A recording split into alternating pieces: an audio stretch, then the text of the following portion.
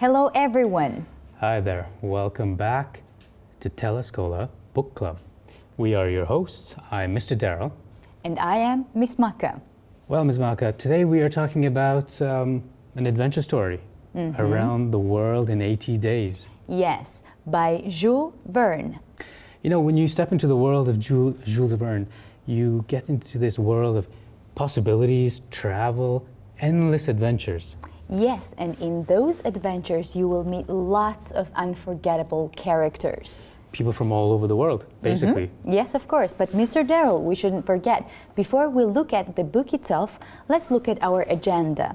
So definitely we will start with the new vocabulary. After that, we will continue to talk about the author. Then we will show you the short story, the summary of the book. From there, we'll move to the characters. As you remember, characters are how you get from point A to point B. We'll look at the setting, very important to understand what the context is. And finally, we will discuss the main themes.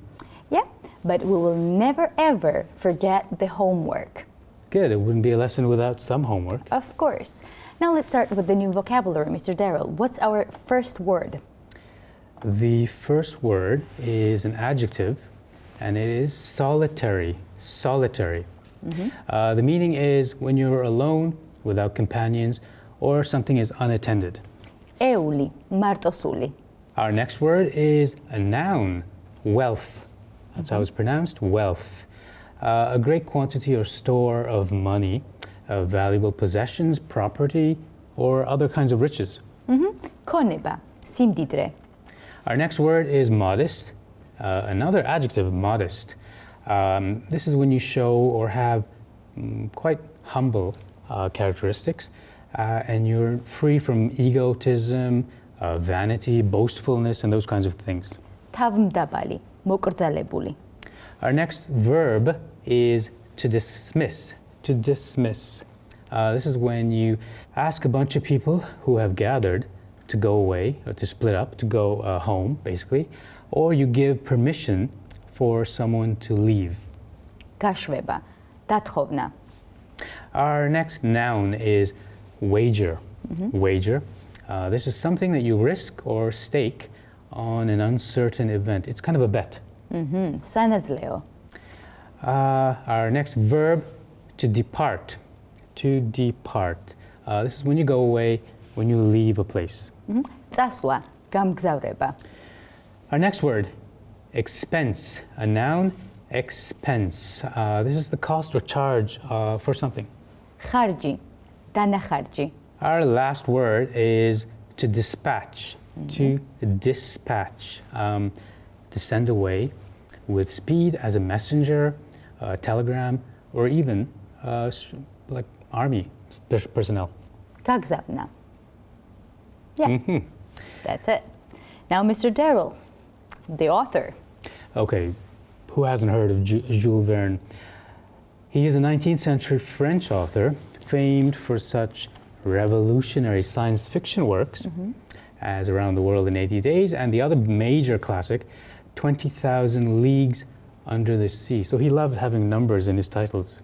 Yeah, exactly. And actually, Jules wrote lots of books about the variety of innovations and technologies just before actually everything appears in our world. So exactly like a science fiction writer. Exactly. So although he died in 1905, his works continued to be published, and he remained very popular till today. It was in 1862 when he was introduced to his editor, Hetzel, and that marked a change in his fortunes. He signed a contract after that, and he was able to submit new works to a publisher almost every single year after that. And some of them would appear in a magazine, which was quite popular in France. No, and inspired by his love of travel and adventure, he soon bought a ship, and he and his wife actually departed on a long trip. So sailing by the sea, of course, Verne's own adventures sailing to various ports from the British Isles to some Mediterranean Sea provided lots of stories and gave him lots of inspiration to write different adventures. So there's a lot of personal experience in his stories. Yes. Well, we can wrap it up by saying that towards the end of his life, he became a kind of politician. He served on city council, and he died in 1905 in the new century, the 20th century, from diabetes. Wow, it's sad. Yes, let's move on to a summary of the book, why don't we? Yes. Okay, Around the World in 80 Days tells the story of Filius Fogg, Fogg, an Englishman living in the Victorian era, so that means the last half of the 19th century, who bets £20,000, which in our modern money is about 2 million. So it's a large amount for that time. That he can circle the globe in exactly 80 days. Fogg is an extremely wealthy man, so that's why he can afford this, with eccentric habits. He's a bit weird, a bit strange, and he has no family or close relationships, yet he's quite generous with strangers. Okay. Meanwhile, a suspicious-looking gentleman has robbed the Bank of England, and oddly enough, he really looks like Filius Fogg.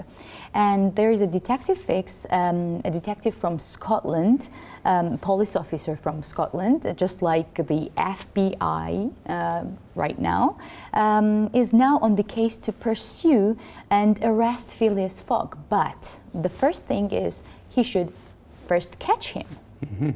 Sounds exciting. Already there's some conflicts. Exactly. So Filius and his newly hired servant, Passepartout, it's a French name, leave that night with the detective following them secretly.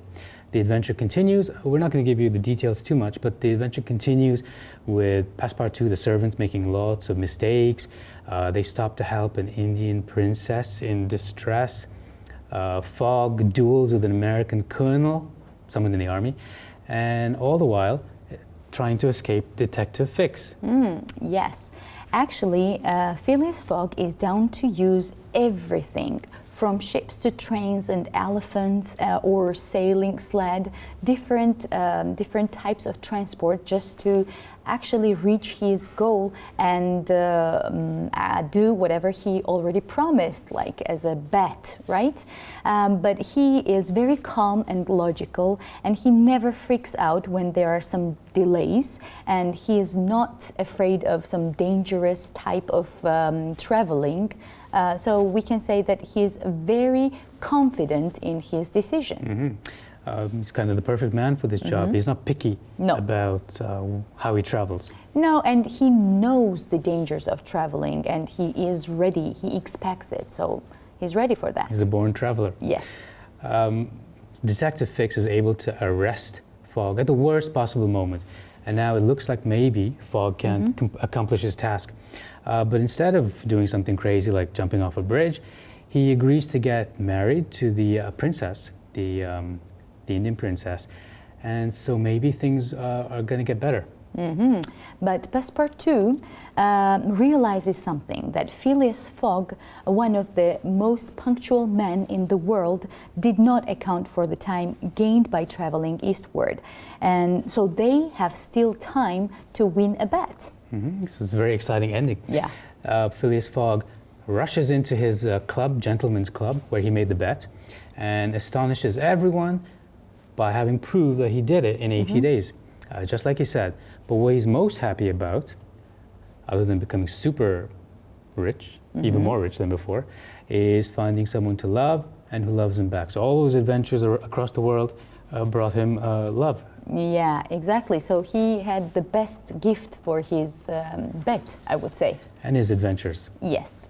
And now it is time for our first question. So, how can you describe Fogg's journey? The journey is part bet and part experimental proof. It has been stated that the journey was made up, but most of Fogg's colleagues don't believe it. Okay, thank you very much.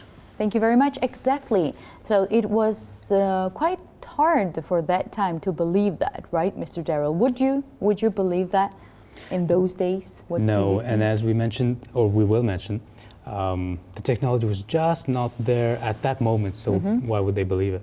Yeah. It was going to come, but not at that moment. Definitely. Okay, well, let's move over to the characters. Why don't you start, Ms. Maka? Yes, of course. So our first character, of course, it is not a surprise that we have chosen Filius Fogg. So is the primary protagonist of the novel, Around the World in 80 Days. The story details his attempt to go around the world in 80 days. And he is mysteriously wealthy Englishman with a knock for gambling, but beside gambling, he is shown as a very generous man and confident, inspiring person. His willingness to attempt to travel around the world in 80 days shows that he is a type of a risk-taking person. The perfect man for the job. Yes. Our next character is Passepartout, the loyal servant. He's honest, but he's kind of funny for us. He's comedic in the sense that he causes problems for Filius Fogg. But he is brave and warm. Remember that he is kind of the comedic character in this story. Okay. The next character is Auda. So an orphaned Indian princess who is kind of forced to marry a Raja at a very young age. But when this Raja actually dies, the eccentric Hindus attempt to bully her into sacrificing her life. And before they do that, like they make her go through with it, whatever they are trying to do with her, Fogg and his crew rescue her. When she is unable to find her relative from Hong Kong, she returns with Fogg's crew to England. She escapes certain death. So these adventures also include some of these very interesting cultures, and traditions. Okay, our next character, Detective Fix, as you had mentioned in the summary.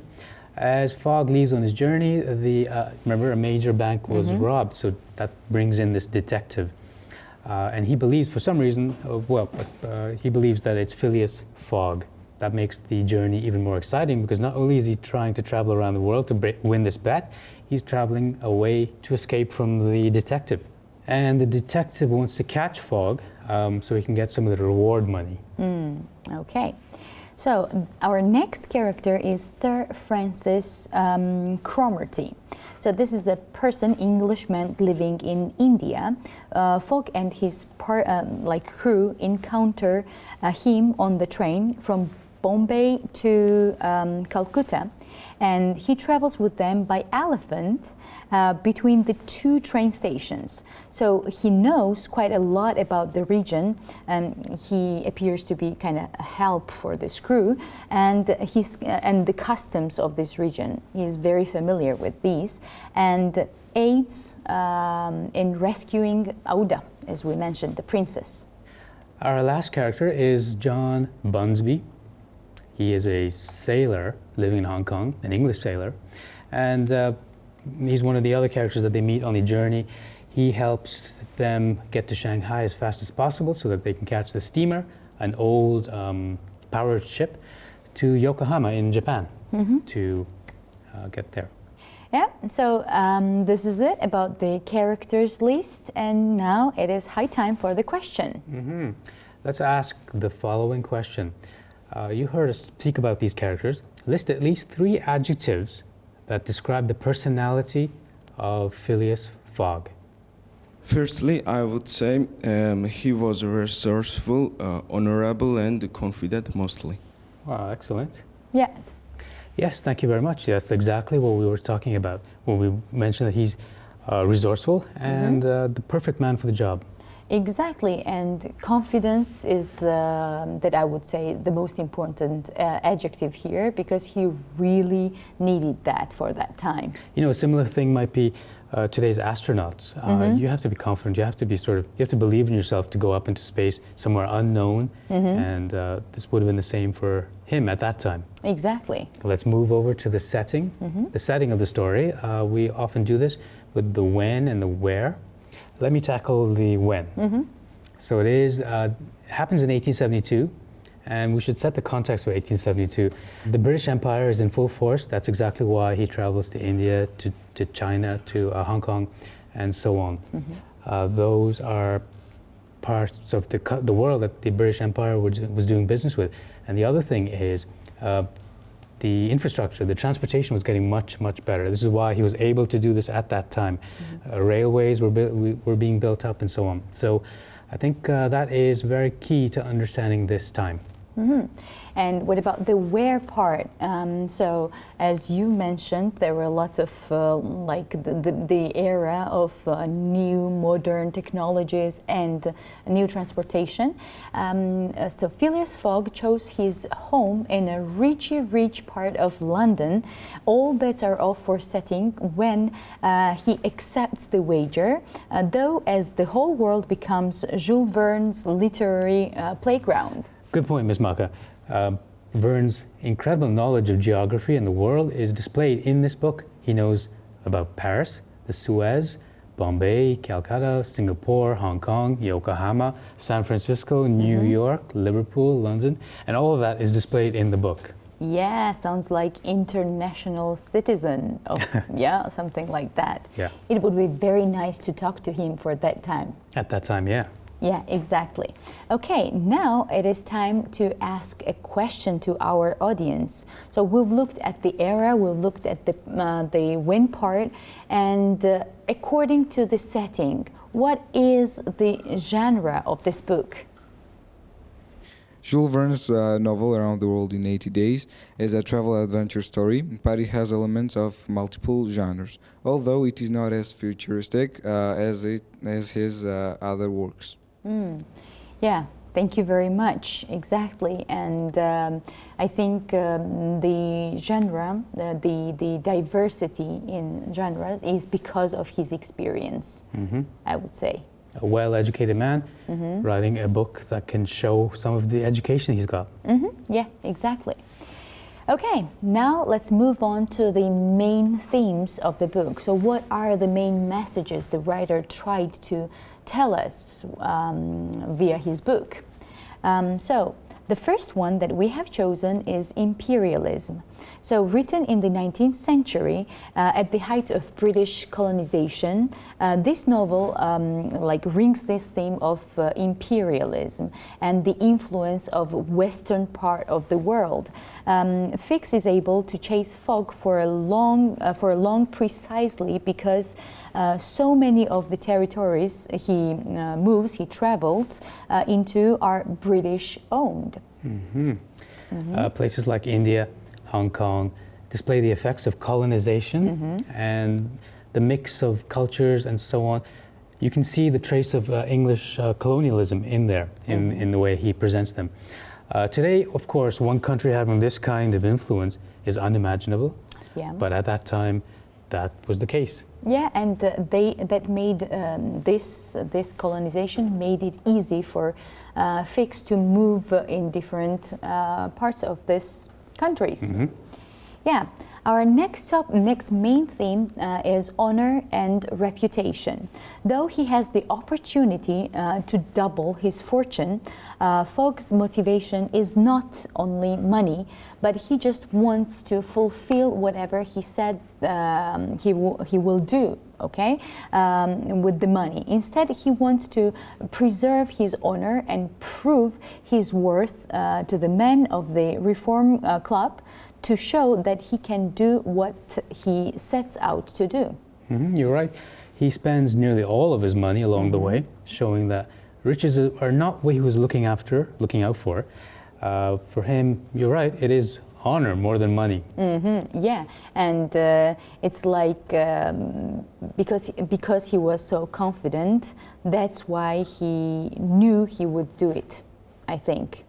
A good 19th century explorer. Yes, Well, Ms. Maka, let's ask the audience this question based on what you just said. Do you think Fogg is interested in money? He leads a relatively modern lifestyle, and for him money is simply a means to an end, and he enjoys his hobbies. Excellent, yeah. So he isn't concerned about money.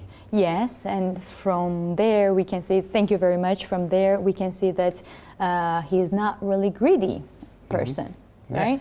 He just loves the adventure of it. And not materialistic at all.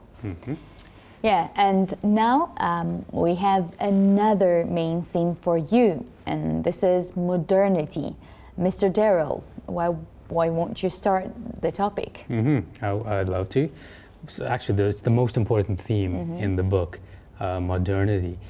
Fogg's wager, remember his bet, his wager is a race against time, and his adventures illustrate repeatedly that time is fickle, meaning it's changeable, and it either works for you or against you. But if you've got technology on your side, perhaps you can beat time. Yes, exactly. In the end, though, time turns out to be something that actually gives a chance to Fogg to win his bet, since they gained a day when crossing the international date line. The ultimate message is that no one can control time, and time will work the way it wants to. Something like this. So a person cannot really stop it, something like this. So, well, all the technology in the world can't beat nature. Yeah, but I would somehow say that maybe it was like this for that time, but for now we have lots of technologies that would definitely save time. Not stop time, of course, but definitely save time. I'm waiting for the teleportation device. Yeah, maybe. Where would you like to go? Well, I might do his exact journey. Yeah, exactly. And now it is time to ask to our audience about it. Do you think managing time properly actually gives you a feeling that you stopped the time? Yes, well, it is a bit exaggerated, but being able to manage your time to do all of your tasks, and after doing all of your tasks, having free time left, I think that exactly gives you the feeling that you have stopped the time. Thank you very much. Very nice point. And I think according to the answer, I have stopped time a million times in my life. According to the answer, she means when you've organized yourself really well, you can stop time. Yeah, of course. I guess that's all. And now we should wrap up everything. So we started with the author part, Jules Verne, one of the most famous French writers. We did a summary of the story. Two travelers that travel around the world in 80 days to make a bet, to beat a bet. Exactly. After that, we talked about the characters who make up the story, where, of course, Fogg is the protagonist of the novel. And remember the setting? It's the year 1872, and the location is pretty much the whole world, but across the British Empire. Then we've discussed three main themes we have chosen for you. They were modernity, imperialism, that would give chances to our characters to move around easily, and honor and reputation. Let's have a look at the words that we used once more. I'll say them just for pronunciation purposes, if that's okay. Yeah, Ms. of Maka. course, of course. Solitary, wealth, modest, to dismiss, wager, to depart, expense, and to dispatch. Thank you very much. Very helpful. Mr. Darrell, are we forgetting about anything?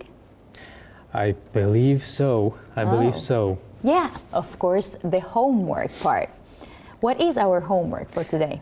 Imagine that you are going to plan a trip to a country of your choice. Describe your trip. How you would travel, how long it would take, and where you would travel. Who would you go with and why? წარმოიდგინეთ, რომ აპირებთ დაგეგმოთ მოგზაურობა ნებისმიერ ქვეყანაში, რომელსაც აირჩევთ.